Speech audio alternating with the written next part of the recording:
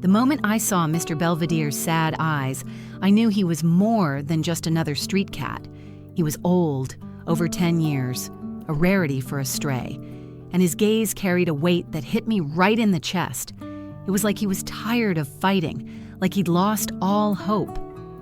I work with a small colony of street cats in our town, and Mr. Belvedere was the cautious one, always keeping his distance, dodging every attempt to get close. But one day, something changed. He just stopped running.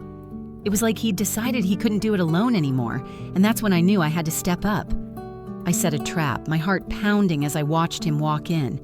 Those big, weary eyes looked up at me, full of despair, like he was asking, "What now?" I made a promise right then to do everything I could for him. But the vet visit was a gut punch. They found severe ear mites, lichen, and general exhaustion. Worst of all, they suspected feline immunodeficiency virus, FIV. I held my breath waiting for the test results, dreading the worst. When the text came, confirming he was positive, my heart sank. The vets warned that euthanasia might be the only option for a cat in his condition. But when I went to pick him up, I looked into those eyes again. They weren't pleading or begging. They were just steady, like he still had some fight left.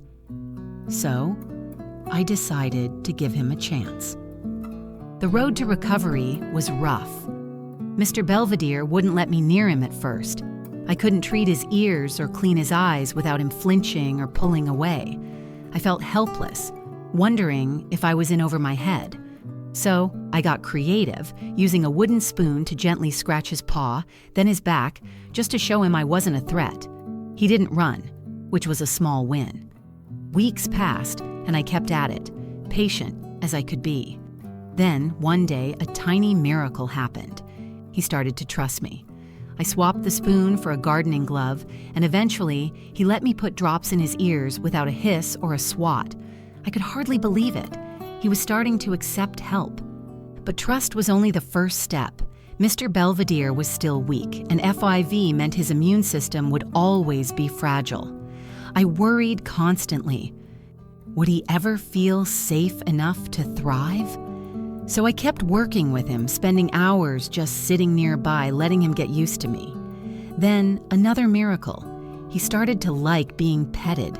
I'd reach out, and instead of tensing up, he'd lean in, purring softly. It was like a switch flipped. He'd come to me, lie down next to me, his fear melting away.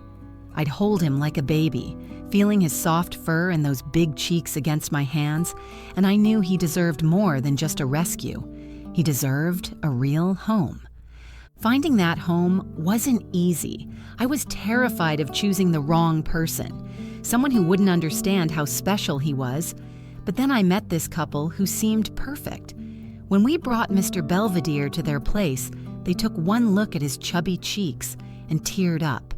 They welcomed him with open arms, giving him free rein of their apartment, singing to him, even playing classical music.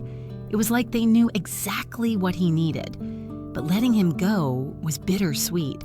I'd spent so much time with him, nursing him back to health, earning his trust. Would he be okay without me? I didn't need to worry.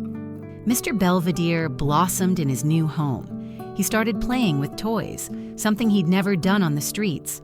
His eyes changed. No more sadness, just this bright, open look, like he was finally living, not just surviving. He even started singing in his own kitty way, with little meows for every mood. I'd visit and see him scampering around, chasing a toy mouse or curling up with his new family, and I'd feel this warmth in my chest. But there were moments I'd second-guess myself. Had I done enough? Would his FIV catch up with him? So, I kept in touch with his new family, checking in, making sure he had the care he needed. Watching him now, it's hard to believe he's the same cat I found on the street.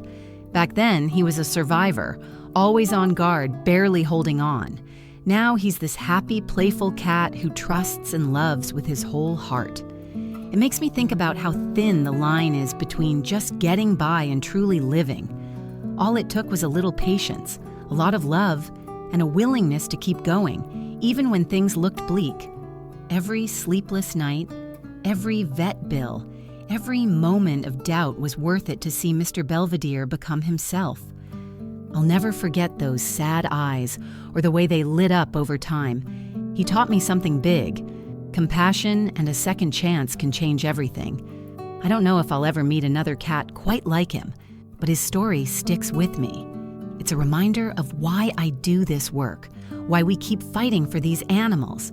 Mr. Belvedere went from a tired, lonely stray to a cat who sings, plays, and loves like he was born for it. And that's a miracle I'll carry with me always. Thank you for watching. If you like the story, feel free to comment, like, and subscribe. See you in the next video.